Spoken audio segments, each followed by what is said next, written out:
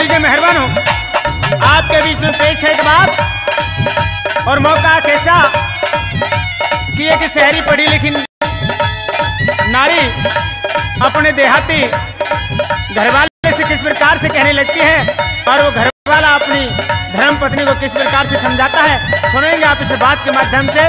और कैसे बताया भला।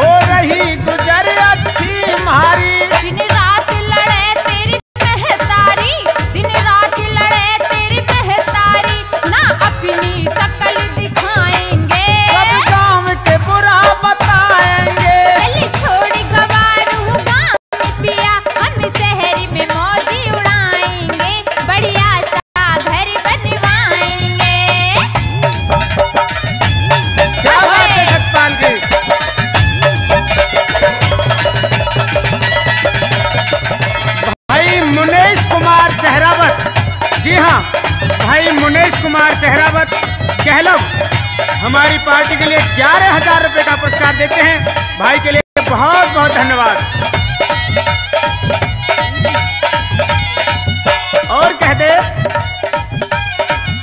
बिजली बिन में तो दुख पाऊं, घर में इन्वर्टर लगवाऊं, पानी सर पे ढोके लाऊं, टंकी का कनेक्शन करवाऊं, चूल्हे की आग पे फूक जाऊं, चूल्हे की आग पे फूक जाऊं, वहाँ पका गैस पे खाएंगे, ठाट गांव कैसे पाएंगे, दिल्ली छोड़ गवारू गाँव पिया, हम शहर में मौज उड़ाएंगे, बढ़िया सा घर बनवाएंगे।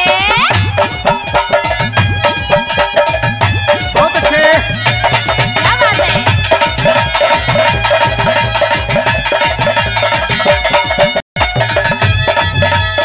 भाई डागर टेलर पलवल 1100 रुपए का पुरस्कार देते हैं। डागर साहब के लिए बहुत बहुत धन्यवाद।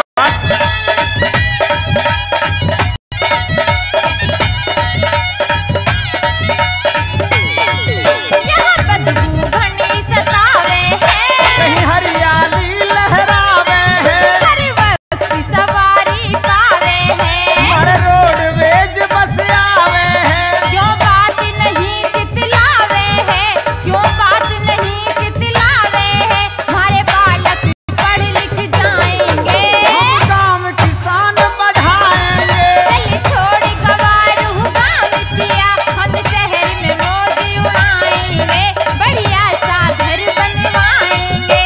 क्या बात है।